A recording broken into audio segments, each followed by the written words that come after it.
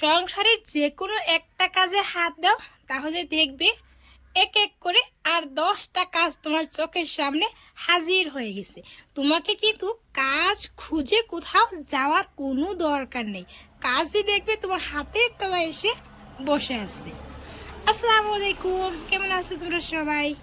যে যেখান থেকে আমার ভিডিওটা দেখছো, আই হোপ তোমরা সবাই ভালো আছো, সুস্থ আছো। আলহামদুলিল্লাহ, তোমাদের অশেষ মেহরবানিতে আমিও কিন্তু অনেক ভালো আছি। আজকের আরেকটা ব্লগে তোমাদের সবাইকে আরও একবার জানাই অনেক অনেক স্বাগত ও ভালোবাসা। আমার বন্ধুরা, তোমাদেরকে একটা কথা বলবো। আচ্ছা বলো তো, তোমরা কি আমাকে কমেন্ট করতে পারো না? তোমরা আমাকে কমেন্ট করবে, আমার ভিডিওগুলো দেখে তোমাদের কেমন লাগে? তোমাদের কি খুব রাগ হয়? খুব আমাকে বকা দিতে ইচ্ছে করে? আচ্ছা ঠিক আছে, তোমাদের মনের মতো করে আমাকে বকাই দিয়ে যাও, তা অবশ্যই কিন্তু তোমরা আমাকে কমেন্ট করবে, ঠিক আছে? আর দেখো এদিকে দুপুরে রান্না বান্না কমপ্লিট করে নিছি, নিয়ে তারপর একটু ঘর গুছানোর কাজে লেগে গেছিলাম। তার মানে আজকে এই কিচেনটাকে, এই রুমটাকে একটু ক্লিন করব ভেবেছিলাম। বাট দেখো, একটা কাজে হাত দিয়েছিলাম, এক এক করে আমার ওয়ার্ডরোবটা একদম ভেঙে ছিঁড়ে ছিটকে পড়ে গেছে। এই একখানে কাপড় এক জায়গায়, তারপর তোমার ইস্ত্রির এক জায়গায়, এই এক কাণ্ড জানো। আর ঘরটাকে ভাবছিলাম নতুন একটা রূপ দিব। কি আর নতুন রূপ দিব, জিনিসপত্র টানতে টানতে আমি নিজেই যেন হাঁফিয়ে গেছি। আর তোমরা তো জানোই আমার এখানে তো আর কেউ নেই আমাকে একটু হেল্প করবে। আর আমার বরমশাই সারাদিন নিজের কাজেই ব্যস্ত থাকে।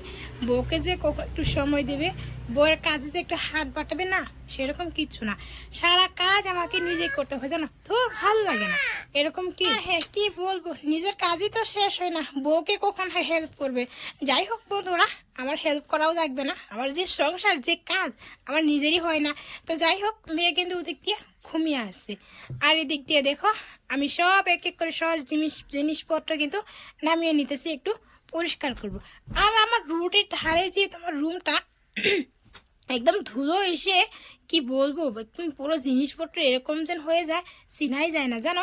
কয়েকদিন মাসের মধ্যে না অন্তত আমাকে একবার করে পরিষ্কার করতে হয়, সময় সেরকমভাবে হয় না। আর খুঁটিনাটি এরকম আরেক জ্বালা, আরেক মহা বিপদে আমি আছি জানো বন্ধুরা। তোমাদের ঘরেও কি এরকম হয় কি না আমি জানি না, তবে তোমাদের দাদা ভাই আমি একদম হয়রান হয়ে গেছি জানো।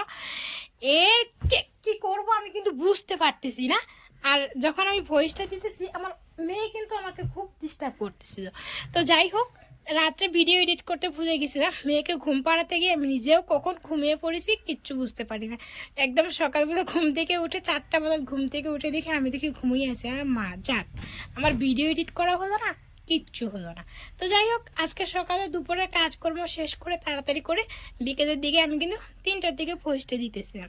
তো যাই হোক বন্ধুরা, করার কি, এরকম হই, যেহেতু সারাদিন কাজকর্ম করা হয়, একটু রেস্টের সময় পাওয়া যায় না। আর আমার মেয়েটা তো জানে সেরকম দুষ্টম।